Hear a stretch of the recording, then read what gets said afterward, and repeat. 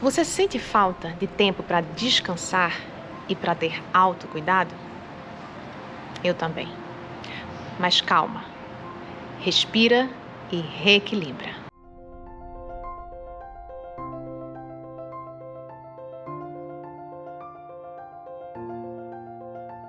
Eu não sei como é que você lidou com essa questão das notícias durante a pandemia, mas eu literalmente decidi que eu queria ficar pouco informada sobre tudo que estava acontecendo.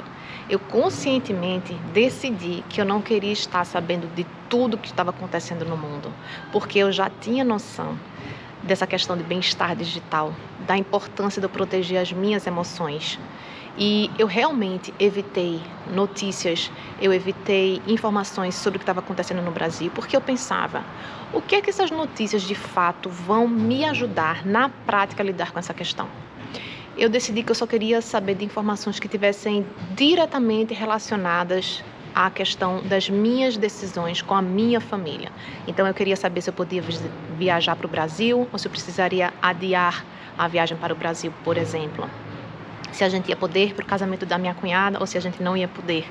Acabamos que a gente não pudemos viajar e a gente teve que assistir com a ajuda de um celular. Mas sobrevivemos.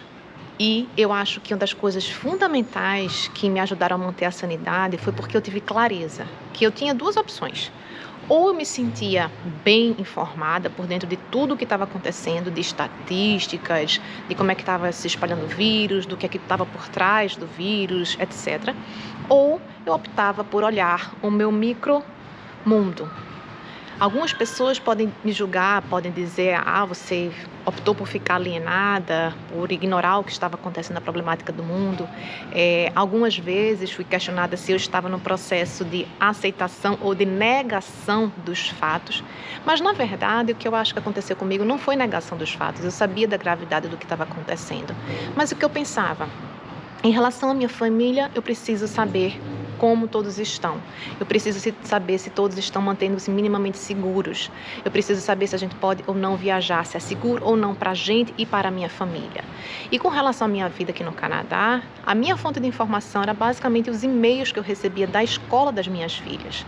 Então a gente recebia um comunicado oficial da diretora da escola e do coordenador do distrito. E nessa mensagem do coordenador do distrito, ele sempre colocava links mencionando o Ministério de Saúde da província de BC, onde eu moro. Então eu pensava, gente, o que vai impactar diretamente na minha vida são essas informações. Eu preciso guardar, preservar literalmente minha energia mental e emocional para poder lidar com as meninas, né?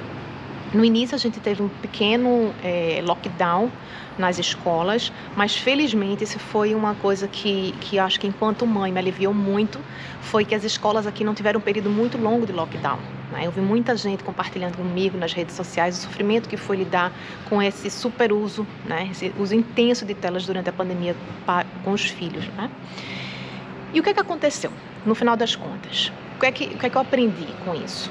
Que para a gente atravessar, às vezes, um momento de turbilhão, né, emocional ou um turbilhão de uma situação como a gente viveu na pandemia, às vezes, menos é mais.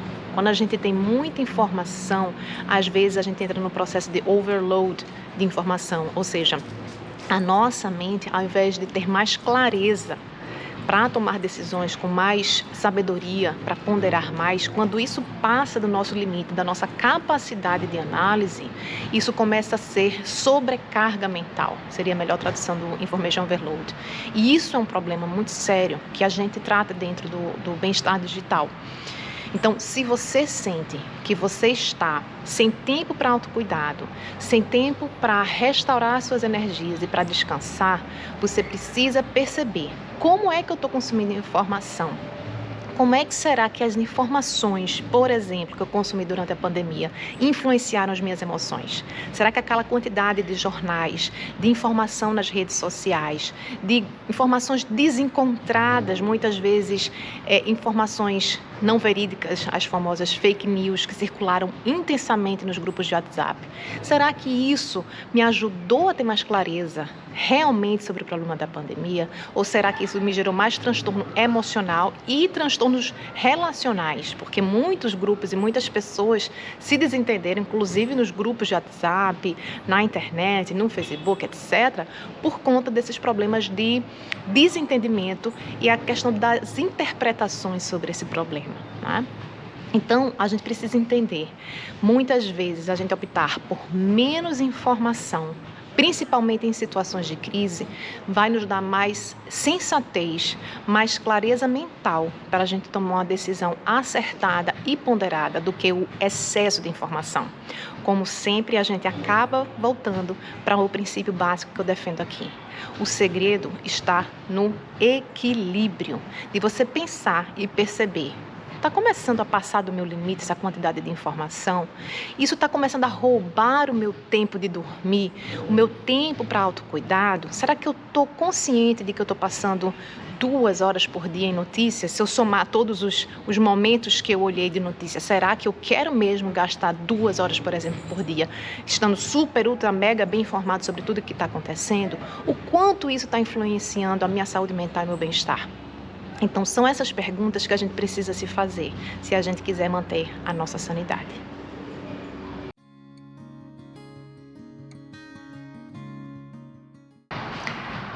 Agora eu tenho um convite para você. Se você tem alguma pessoa que te ajudou a ter mais atenção com seu autocuidado, que te ajudou a enxergar que sim, você tem condições de ter mais tempo para cuidar de você mesma, que isso não precisa ser tão complicado quanto você imagina, marque essas pessoas ou marque essa pessoa especial aqui nos comentários ou compartilhe esse vídeo com ela. E agora a gente vai para as nossas dicas. A dica número 1 é: reserve um tempo sagrado para o seu autocuidado. Sim, não precisa ser nada complexo. Por exemplo, durante a época da pandemia, a gente teve um lockdown aqui e eu não podia fazer a minha yoga, que, como vocês que estão acompanhando os vídeos, é o meu grande bálsamo, né? É o momento que eu paro, me recarrego. Mas eu não podia ir. Eu tinha uma escolha. Eu podia sentar no sofá e ficar me lamentando. Mas no tempo que eu podia fazer minha yoga. Mas no tempo que eu podia fazer isso ou aquilo. E eu percebo que muita gente que conversou comigo durante a pandemia, de família e também nas minhas redes sociais, eu percebi que esse comportamento de remoer, esse padrão de ficar se lamentando do tempo que já se foi e que não volta mais, quando será que eu vou ter liberdade de novo, porque eu não consigo mais fazer tal atividade, não consigo mais ir para a academia. Então, quando a gente começa a focar a nossa mente, nossos pensamentos nos problemas e começa a remoer isso de uma forma muito constante, a gente não percebe, mas isso, na verdade, nos leva de uma posição, de uma visão de vida otimista para uma visão pessimista. E isso começa a ser um hábito de pensamento, né? Então, é importante a gente estar atento para isso. Eu, por outro lado, como sou uma pessoa meio otimista, às vezes até demais, eu simplesmente ficava brincando com a situação. Eu falei com uma grande amiga minha, Aline, coraçãozinho para você, Aline, que mora também aqui em Vitória, e aí a gente se falando pelo WhatsApp e tal, que a gente não estava podendo se ver, ela estava marcando no calendário quantos dias a gente estava sem se ver, sem sair de casa, fazia acho que 90 dias que a gente não podia se encontrar, né? E aí ela disse: Ju, como é que tá a vida? E aí eu disse: como é que tá, enfim, tempo de descanso, ela com 2 filhas pequenas também, as delas são menores do que as minhas. E aí eu disse: amiga, meu momento de autocuidado continua firme e forte, só que agora é meu home spa. E ela disse: o que é? Como assim home spa? E aí eu disse: é home spa, amiga. É o meu banho longo no final do dia, com música, com o melhor sabonete que eu encontro na farmácia, aqui perto, que é onde eu posso comprar mais fácil. É a música tocando, é o banho morno com aquela aguinha nas costas. É o meu home spa. Meu home spa tá firme e forte. E ela começou a rir, dizendo: poxa, eu nunca tinha pensado sobre isso.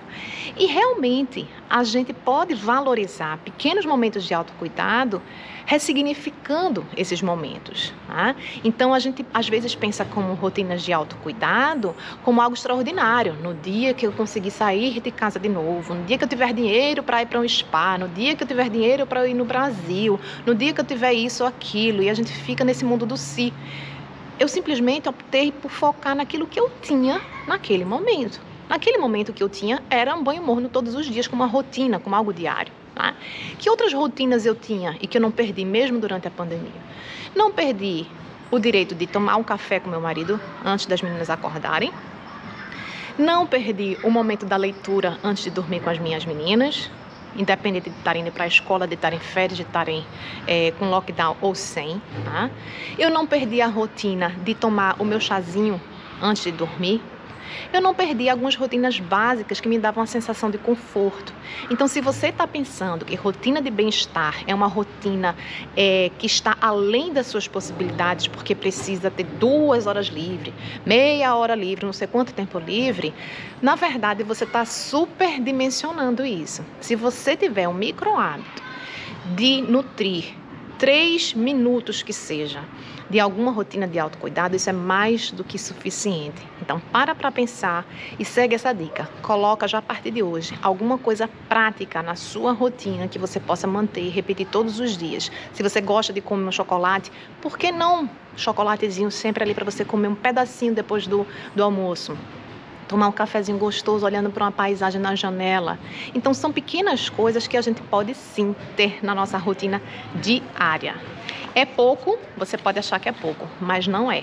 Em termos de saúde e bem-estar, às vezes você ter uma rotina constante, que você consiga fazê-la porque ela é fácil, porque ela é curta, porque ela é pequena, e que você consegue repeti-la todos os dias, dá uma sensação muito mais gostosa, uma sensação de que você sim consegue se cuidar, do que você ficar imaginando a rotina ideal que você idealiza às vezes. Vamos para a segunda dica. Segunda é: pare de colocar tanta coisa no seu prato. Essa é uma expressão que a gente usa muito aqui em inglês, que eu aprendi aqui. Eu não sei nem se tem em português, botem nos comentários depois se tem essa expressão ou não. Mas o que essa expressão quer dizer? Que quando a gente coloca muita coisa que a gente não consegue comer, o que a gente se sente? Estufado.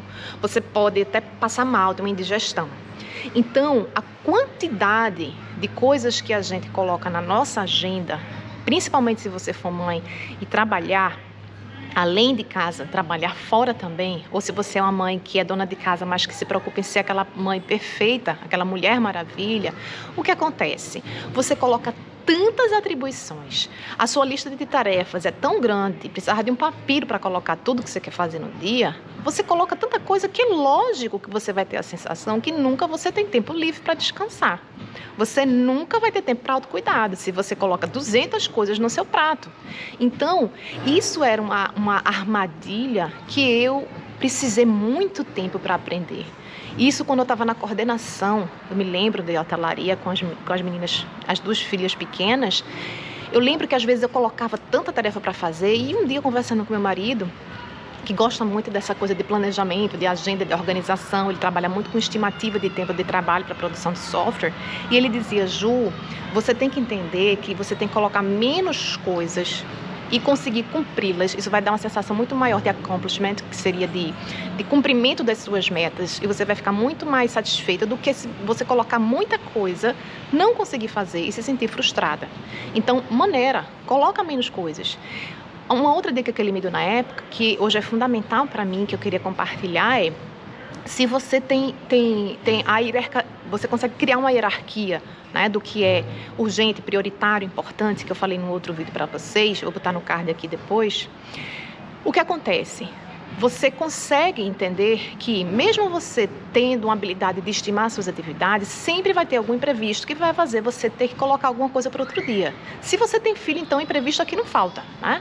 A empregada falta, não vai trabalhar, se você tem empregada e atrasa você, é um filho que acorda vomitando, é um filho que passou mal de noite, você vai trabalhar com olheira, morta de cansado, então você tem que trabalhar com a folga.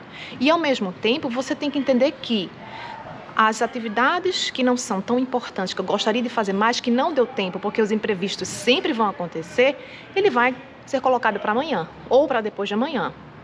Então, é uma combinação de priorização, e de você não colocar tanta coisa na sua agenda para você fazer.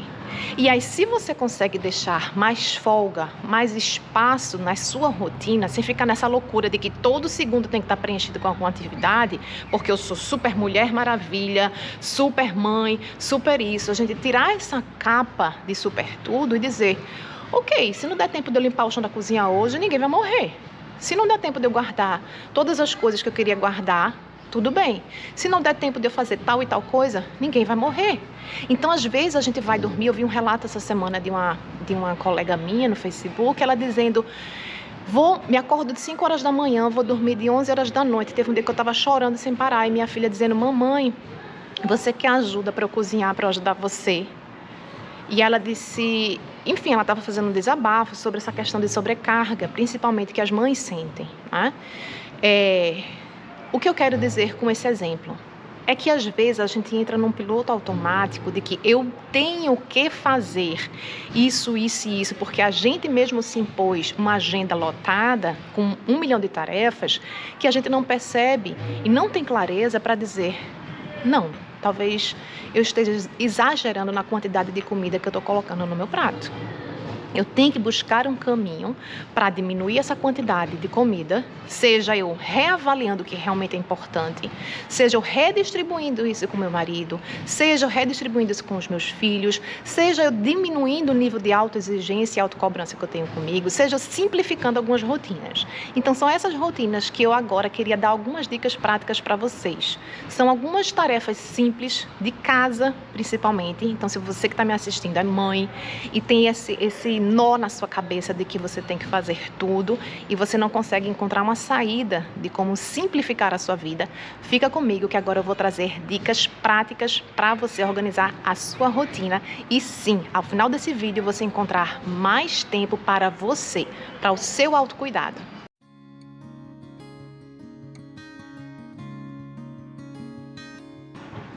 Dica 3. Baixe o nível da barra. Isso é outra expressão que eu não lembro se a gente usa tanto em português, mas aqui eles usam demais, que é você diminuir o nível de exigência, o padrão de limpeza, o padrão da comida, o padrão de beleza que você tem que estar, de disposição. Então, quando a gente coloca o nível da barra, ou seja, o nível de exigência com a gente mesmo e nos nossos papéis sociais, mãe, profissional, esposa, nora, cunhada, amiga, e a gente coloca o nível da barra muito alto, a gente começa a colocar um nível de pressão sobre os nossos ombros muito grande. Então, o que é que eu aprendi nessa experiência que eu tive aqui no Canadá, e que me ajudou a atravessar um pouco com mais fluidez durante essa época da pandemia dentro de casa com as minhas filhas e com o meu esposo. Primeiro, o padrão brasileiro de refeição. Arroz, feijão, carne e fresco todos os dias. Isso eu aprendi conversando muito com meu marido também, observando as outras mães aqui, trocando ideias com as minhas filhas. E a gente entendeu que aqui, lunch, almoço, para eles, realmente é o que a gente chamaria de um lanche. Então, é um sanduíche, uma salada, uma sopinha, é uma coisa rápida, geralmente um sanduíche ou alguma coisa que vem enriquecido com alguma proteína e um acompanhamento de legumes, verduras ou uma salada prática, é uma coisa rápida. Então, essa concepção que a gente tem, que a comida que fortalece os nossos filhos e a comida que a gente precisa fazer todos os dias para o almoço tem que ser a tríade de arroz, feijão e carne. E tem que ser feito todos os dias, não pode ser requentado ou congelado. E eu comecei a perceber que não, poderíamos fazer de uma forma diferente. Outra coisa que eu também percebi é que o nível do cuidado com a casa, do passar roupa, saltou muito aos meus olhos quando eu vi as minhas primas e as minhas amigas e as pessoas próximas a mim no Brasil sofrendo porque estavam sem empregada durante a pandemia. E em algumas conversas eu tive sinceramente vontade de dizer, gente, vocês estão reclamando porque não estão com empregada há 2 meses, imagina eu que estou há 3 anos. né? Eu também sempre fui acostumada a ter empregada. Eu tinha uma diarista quando eu casei que era maravilhosa. Lúcia fazia tudo, de passar roupa, passar, lavar, passar, guardar, fazer comida, congelar e limpar a casa. Então a minha vida era muito mais fácil, né? Depois que as minhas filhas nasceram, tive uma empregada que era um anjo da guarda, entendeu? Então, assim, Ivone era meu braço direito para tudo. Então, esse contexto eu não tinha desde que eu cheguei no Canadá. Então, quando eu tive que enfrentar a fase da pandemia de estar sozinha em casa, para mim não ter empregada e não ter ninguém para me ajudar de família, foi o normal, né? Não foi o extraordinário. Outra coisa, as férias daqui são longas, 2 meses e meio, as férias de verão. Eu já tinha passado pela experiência de férias de verão na outra cidade que a gente morou. Já era a minha terceira, né? Então, para mim também era normal eu ter que ter uma rotina paralela de trabalho e uma rotina de diversão com as meninas, de acordar cedo e ter um horário à tarde um pouco mais livre, a partir da segunda metade da tarde, pelo menos, para dar alguma atenção para elas, para cuidar da casa. Então, minha dinâmica já estava meio que organizada, né? Então, a gente tem que pensar. Eu preciso, por exemplo, passar lençol de elástico? Gente, eu tive amigas que relataram isso durante a pandemia, sem empregada, com 3 filhos em casa, e a pessoa passando lençol de elástico. Gente do céu, se você está fazendo isso por terapia ocupacional, tudo bem. Mas se você está fazendo porque você acha que se você não passar a ferro um lençol de elástico, você vai ser menos mulher dona de casa, isso é uma coisa que a gente colocou na nossa cabeça. Para vocês terem uma ideia, ferro de passar para mim aqui é quase uma obra, assim, de arte, entendeu? Eu comprei quando minha sogra veio para poder deixar as roupas de cama passadinhas e depois eu guardei. O que é que eu uso? O meu ferro de passar de vapor para dias de domingo, para um vestido para quando eu vou para a missa, para uma festa, alguma coisa muito especial. Mas a roupa do dia a dia é lava-roupa, secadora com umas coisinhas para um produtinho que a gente põe para não ficar tão amassado, acabou. Então, assim, a gente fica num ciclo tão acostumado, né, de que o padrão brasileiro de ser dona de casa, eu passar pano todo dia em casa, por exemplo, se você tem esse hábito, tem que limpar a cozinha, passar pano, fazer isso, trocar o pano de prato, fazer isso. Então a gente começa a criar uma série de autoexigências que a gente acha que aquele é o único modo de viver e que se eu não passar o pano de chão, enquanto eu estou brincando no domingo à tarde com os meus filhos, outra coisa que uma colega minha falou, 3 filhos, uma pequenininha, ela disse, Ju, às vezes eu fico tão angustiada porque eu tô brincando com as meninas, mas eu sempre fico achando que eu tô devendo alguma coisa. E ela disse, às vezes eu tava olhando agorinha, ela brincando comigo, a gente mandando mensagem de voz no WhatsApp, e ela disse, eu tô olhando agorinha, brincando com as meninas e olhando pro piso da cozinha, o piso pedindo, me passe, me passe. E eu disse, mulher, pelo amor de Deus, relaxa com isso, porque o piso vai ficar lá. Eu, às vezes, tenho agonia. Eu fico angustiada, às vezes, de uma coisa não estar tão limpa quanto eu gostaria. Eu fico agoniada quando as meninas não guardam um brinquedo e eu tenho que insistir de que é hora da gente guardar. Eu não estou fazendo aqui uma defesa do caos. Mas o que eu quero dizer é que, às vezes, a gente não consegue sair desse ciclo de colocar a barra lá em cima do super padrão, da super dona de casa, super mãe, super profissional, e a gente começa, inclusive algumas pessoas, a se orgulharem, né? Porque eu sou a super mãe, porque eu consigo, eu sou a mãe babona, eu sou a mãe que dou comidinha no prato dos meus filhos no sofá, porque eu faço isso, eu faço aquilo, e nas redes sociais às vezes compartilho alguma imagem, por exemplo, como eu já vi, de uma mulher equilibrando um desenho, que a mulher estava equilibrando não sei quantos pratos, né? Os vários papéis, o papel de dona de casa, o papel de não sei o quê. Enfim, é como se ela fosse uma equilibrista, tá? E que ela estava, cada tentáculo, digamos assim, que saía, era uma atividade que ela fazia. Então a gente precisa se questionar enquanto mulher. Eu me orgulho, né, de ser essa mulher multitasking que dá conta de tudo e que ainda dança em cima do palco. Pelo amor de Deus, gente. A gente precisa entender que autocuidado não é luxo. Autocuidado é a gente ter um tempo para a gente restaurar a nossa energia. E isso está na base do nosso bem-estar. E o cuidado com o nosso bem-estar significa preservar a nossa saúde. Então, bem-estar, ele é como se fosse um conjunto de ações de prevenção para manutenção da nossa saúde. Tá? Então, se a gente despreza o nosso bem-estar, achando que eu sou uma mãe egoísta, se eu não me sacrificar, né? Existe a questão cultural, religiosa também, a mãe latina, né? Eu sou aquela que abraça os meus filhos e faço tudo. Não peço nada ao meu marido porque o bichinho já trabalha. E você não trabalha, não? Tá com seu filho o dia todo, não é trabalhar, não? Vai cuidar de uma criança, vai lidar com o aspecto de educação emocional, alimentação, rotina, higiene, limpeza, ensinar a ser autonomia, disciplina positiva e assim vai.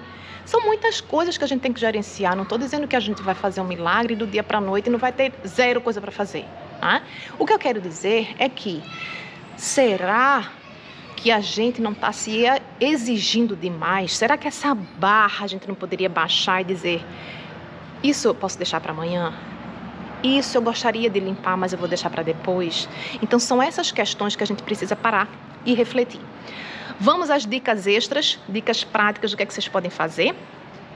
Primeira dica extra: fracione atividades intelectuais e de casa. Então, se você trabalha em casa e também precisa cuidar dos seus filhos, das tarefas domésticas, etc., faz 45 minutos de trabalho, um intervalo de 10 minutos para cuidar de atividades de casa. É assim que eu faço. Então, principalmente as atividades que, se você acumular, você vai ter uma pilha de trabalho muito maior. Por exemplo, roupa. Tá? É muito mais fácil você dobrar 10 roupinhas do que você dobrar uma montanha de 60 roupinhas no sábado, concorda? Todas as minhas amigas que perderam, entre aspas, a empregada durante a pandemia e que quiseram fazer a faxina num único dia, elas me relataram: Ju, eu tô morta.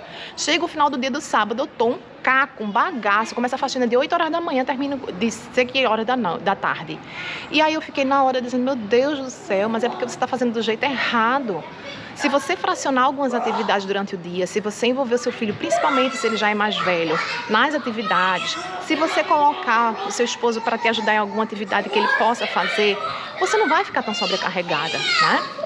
Então, essa divisão de 45 minutos de trabalho intelectual, 10 minutinhos de trabalho, principalmente com cuidado de roupa, que é uma coisa que se acumular é ruim, e prato é outra coisa que você pode fazer. Envolva as crianças, como eu já falei, em atividades conforme a idade. Se seu filho tem 3 anos ou mais, eu te garanto que ele já pode te ajudar em casa.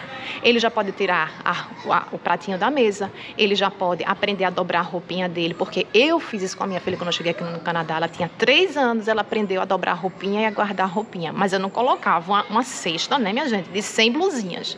Eu pegava uma cestinha pequenininha, todo dia a gente fazia 4 blusinhas, 2 calcinhas, pouca coisa, só para o exercício dela aprender e para internalizar o hábito, né? Então, você pode sim. Se seu filho tem 3 anos ou menos, se ele depende mais de você, ok.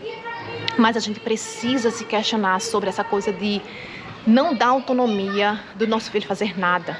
Fazendo um parêntese aqui, quando eu fui para a Inglaterra, quando a minha filha mais velha tinha 1 ano e meio, ela tinha 1 ano e 2 meses mais ou menos. E eu lembro da gente comendo nos restaurantes, eu levava um kit, minha gente. Potinho, colherinha, garfinho, não sei o quê. Enquanto isso, eu olhava para a mesa do lado, as mães inglesas, sabe o que elas faziam? Elas não levavam absolutamente nada, nem de pratinho, nem de potinho, e achando que eu estava arrasando, né? Porque eu não estava levando a comida. Eu pegava a comida do restaurante, eu estava levando só os potinhos. Elas simplesmente pegavam um pires, pegavam a comida que estava sendo servida para os adultos e fazia finger foods, que eram as comidas em formato de palitinho, né? Que a criança podia pegar com a mão, que ela não precisava de talher. Então, era palitinho de brócolis, de couve-flor, pãozinho de pedacinho, batatinha. Elas partiam o pãozinho com a mão, faziam um pirizinho, ovinho, do prato delas, do prato que vinha para a mesa. Botava ali do lado, a criança comia sozinha. Eu juro por Deus, minha gente, crianças com 9 meses, com 12 meses, estavam na introdução alimentar, sentadinha, sozinha, cada uma pegava o seu pratinho. O que era isso? É porque as crianças inglesas são mais inteligentes? Não. É uma questão cultural, simplesmente. Porque as mães entendiam que os filhos tinham capacidade de fazer aquilo sozinhos. Né? Então, a gente tem que envolver as nossas crianças. Adolescentes nem se fala, né? Nas atividades de casa. Se a gente começar cedo, melhor. Porque fica mais fácil dele se acostumar a entender que aquilo faz parte da rotina dele. Tá? Outra dica. Invista em eletrodomésticos que tragam praticidade. Eu tenho uma amiga chamada Andréa Leal, coraçãozinho para você. Andréa, ela morou muito tempo fora. porque ela e Sérgio, que é um grande amigo também, para você, Sérgio, o Sérgio fez o mestrado e doutorado fora do Brasil, na Inglaterra e na Austrália. E por conta desse tempo que eles passaram fora, assim como eu, eles conheceram a maravilha dos eletrodomésticos que a gente tem aqui. Eu sei que no Brasil, gente, às vezes não é acessível, muitas vezes, para todo mundo comprar isso. Por outro lado, se você calcular direitinho o quanto você vai investir no equipamento versus o quanto você vai economizar em tempo, se ligue, a moeda tempo é uma moeda que não volta. Então, às vezes, a gente fica pirangando, comprar um eletrodoméstico melhor, gastar um pouco mais na conta de energia, mas a gente não fica pirangando dormir de 11 horas da noite. Quanto é que vale a sua hora de sono? Será que não é melhor você investir em certos eletrodomésticos e você dormir 1 hora mais por dia? Então, é uma coisa que a gente precisa pensar. Eu sei que cada caso é um caso, mas eu conheço pessoas de classe média, no padrão, por exemplo, do meu marido, do Sérgio, da Andréa, que são pessoas com formação, com nível superior, com doutorado, que têm um emprego bom, que poderiam ter, mas não têm, porque elas não estão enxergando o custo-benefício. E aí, Andréa, eu lembro que, voltando ao exemplo dela, ela disse assim: Ju, pelo amor de Deus, você vai ver, se você tiver, eu não lembro se ela falou da máquina de lavar pratos ou se foi a da secadora, eu acho que foi da máquina de lavar pratos. Ela disse: a segunda melhor amiga de toda mulher é uma máquina de lavar pratos. E eu disse: por quê, Andréa? Disse: minha filha, porque é vida, porque o tempo que você economiza, eu não quero uma pilha de prato para lavar, de jeito nenhum. E depois que eu vim para cá, eu olhei para os dois lados e disse: gente, é mesmo, imagina se eu tivesse que dar conta de casa, dar conta de tudo, eu não tivesse um aspirador de pó eficiente, não tivesse uma lavadora de prato, não tivesse uma lavadora, uma secadora de roupas. Minha gente, é vida aquilo. Porque você bota a roupa para secar, vai trabalhar. Depois eu volto no próximo intervalo, tiro as roupas e boto dobradinha. Antes de dormir, enquanto as meninas tomam banho, guarda as minhas roupas. Elas guardam delas antes da gente começar a leitura. Então, a sua vida pode ser muito facilitada por um simples, entre aspas, para algumas pessoas, investimento em alguns eletrodomésticos. Então, pare e considere isso também. Quanto vale o seu tempo versus quanto vale o investimento em algum eletrodoméstico desse tipo. Simplifica a preparação de comida. Como assim? Essa é uma dica super quente que eu comecei a aplicar agora, gente. Primeira coisa, planeje antecipadamente o cardápio da semana. Esse planejamento você pode fazer em aplicativos. Tem vários aplicativos. Plan to Eat, por exemplo, que eu não sei se tem versão em português, vocês podem pesquisar. Ou coloquem na loja de aplicativos de vocês, planejamento de cardápio, que tenho certeza que vai ter várias versões em português também. Qual é a facilidade de você planejar o cardápio? Gente, não tem coisa mais cansativa do que você estar no final do dia, morta de cansada, e você ter que parar para pensar o que é que eu vou fazer para jantar hoje. E aí você abre a geladeira e começa a catar. Se você nunca passa por essa situação, talvez você não seja uma mulher que faz a comida da casa. Mas se você você sabe como essa simples escolha pode ser extremamente cansativa. Porque às vezes é na hora que o filho está gritando, está chorando, você está cansada, está todo mundo com fome. Quando você faz um planejamento de cardápio, você parou 30 minutos no sábado ou no domingo, ou no seu horário de intervalo, para pensar no que é que você vai comer durante a semana. O que é que está ligado a isso também? Além de poupar energia mental todo dia, de pensar o que é que eu vou fazer. Você já faz a lista de compras da semana baseada na sua lista de cardápio, no seu cardápio. Então, se você planejou, por exemplo, sopa de feijão e carne, na segunda, na terça, sopa de frango com legumes, na quarta, macarrão com carne moída, na quinta, qualquer outra coisa, e assim vai. E aí você planejar, ia falar meu cardápio, né? Mac and cheese, a pizza da sexta-feira, que é outra coisa também que eu coloquei. Qual é o problema da gente ter um dia da semana para comer uma bobeira? Por que eu preciso cozinhar de domingo a domingo? Eu tive amigas também que ficaram orgulhosas e felizes, dizendo no início da pandemia: eu estou tão feliz que eu estou podendo cozinhar para minha família, estou realizando um sonho. E eu só pensando, um sonho porque está na segunda semana de pandemia. Eu quero ver ela me contar daqui a um ano a alegria dela de fazer café, almoço e jantar de domingo a domingo.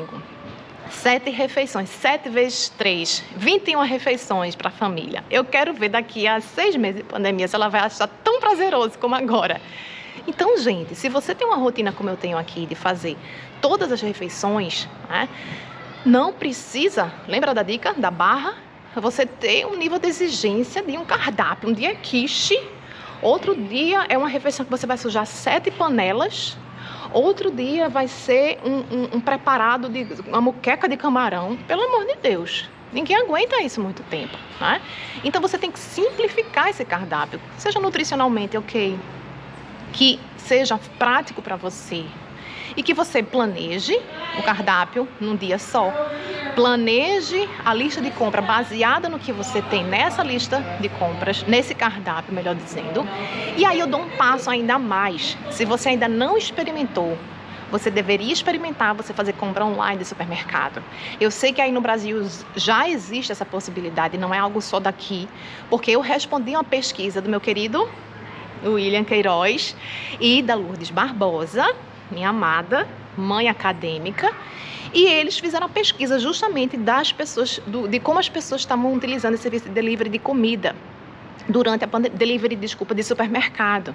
Então, é um serviço que se expandiu um pouco mais durante a pandemia e que a gente pode utilizar como benefício para a gente se planejar. Você já parou para pensar o tempo que você gasta dentro de um supermercado? Eu já parei, porque eu sou obcecada com essa história de economizar tempo. E aí eu disse, minha gente, quando o Walmart daqui começou, lá em Winnipeg ainda, eu descobri que o Walmart fazia o que eles chamam de pick-up antes da pandemia, mas lá era mais motivado por conta do inverno, né?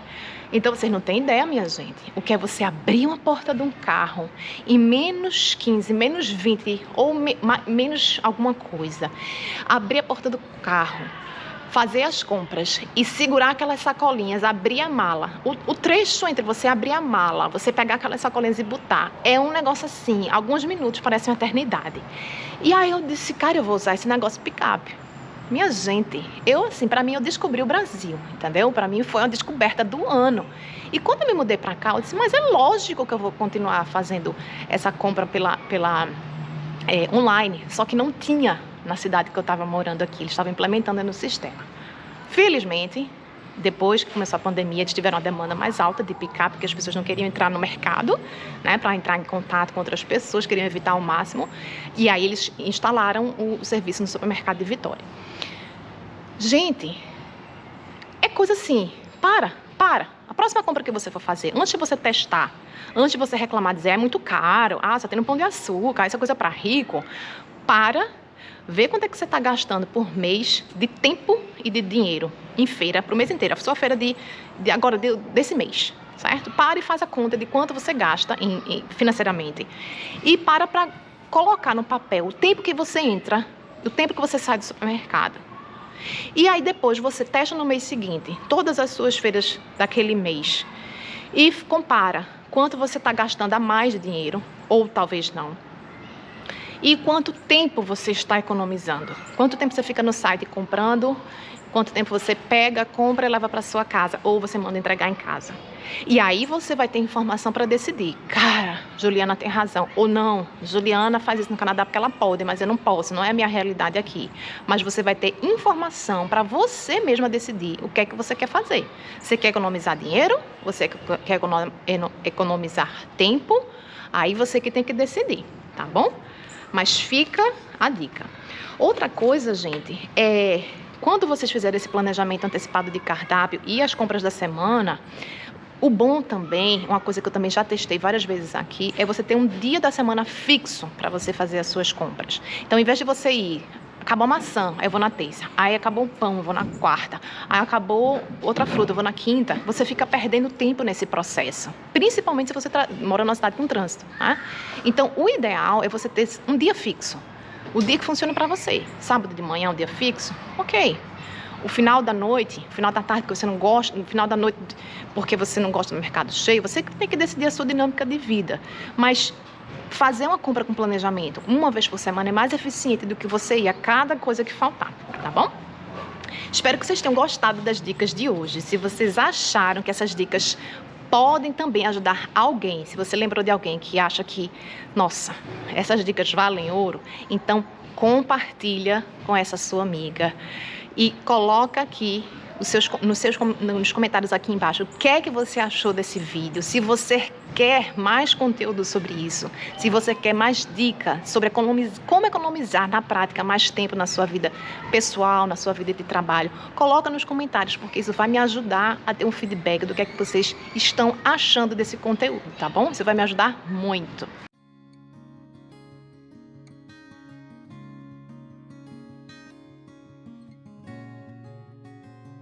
Espero que vocês tenham gostado e que vocês nunca se esqueçam e lembrem-se sempre. Tá desequilibrado? Tá desequilibrada? Para. Respira e reequilibra.